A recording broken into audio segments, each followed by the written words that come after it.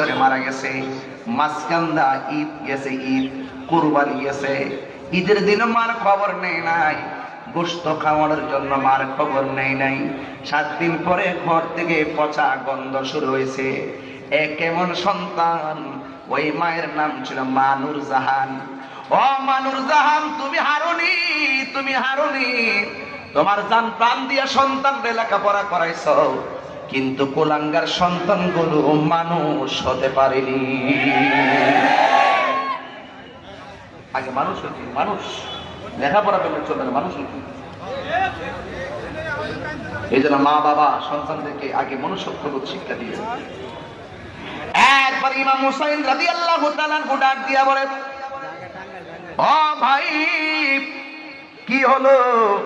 বড় ভাইটার অবস্থা দেখে ছোট ভাইয়ের মনটা বেশি ভালো না, এই জন্য করটিয়ার বাবারা পায়ে বেয়ে ঝগড়া করেন না। ঘরের ভিতরে যদি কোনো ধরনের মনোমালিন্য হয়, 3 ভাই যদি এক ঘরে থাকেন, 2 ভাই মিললে আরেক ভাইয়ের বদনাম করবেন না। যা বলবেন ডাইরেক্ট সরাসরি বলবেন। ভাই আরে ভাইয়ের সঙ্গে ভাইয়ের যদি ভাইয়ের জন্য পাগলের মতো এসে হাজির হয়ে যাবে। এই জন্য ভাই বড় দম, রক্তের বাঁধন। একটা কথা মনে রাখবেন, বাবা যদি মারা যায় চাচার সঙ্গে ভালো ব্যবহার করবেন। এই জন্য বাবা যদি মারা যায় বাবার বন্ধুদের সঙ্গে ভালো ব্যবহার করবেন। ইমাম হুসাইন রাদিয়াল্লাহু তাআলা কলিজাটা ফেটে যাইতেছে, ডাক দিয়া বলে, বাইরে আমি কেমনে থাকবো?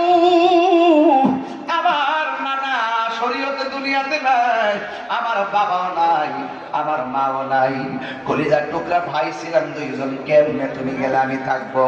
ইমাম হুসাইন রাদিয়াল্লাহু তাআলা বলেন, আমি আমার ভাইয়ের দিকে তাকিয়ে রইছি, আমার ভাই বুকের মধ্যে হাতটা ধইরা ধীরে ধীরে পৃথিবী ছেড়ে চলে গেছে।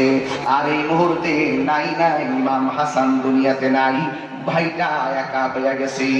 খবরদার খবরদার, আজকে মুহররমের মাস যখন আসে আমরা মুহররমের খবর নিতে পারি না, আমরা মুহররমের তাৎপর্যের খবর নিতে পারি না। অথচ মুহররমের তাৎপর্য এত কঠিন, এত মর্যাদাবান। কেউ যদি মুহররমের 2টা রোজা থাকে, 1 বছরের গুনাহ কাফারা হয়ে যাবে। এই মুহররমের আশুরা রোজা এত ফজিলতপূর্ণ। এরপরে নাই নাই ইমাম হাসান দুনিয়াতে নাই, ইমাম হুসাইনকে ওরা মারার জন্য পাগল হয়ে গেছে। আমার দেশের ভিতরে কিছু আধা হাতলা মৌলবী আছে, আছে না নাই বলেন? যারা জানি না সত্য গোপন করে, তারা আসল কথা কয় না। তারা বলতে বলতে এমন ভাবে কথা বলে, কয় কারবালার ময়দানে এজিদের নাকি কোনো দোষ নাই।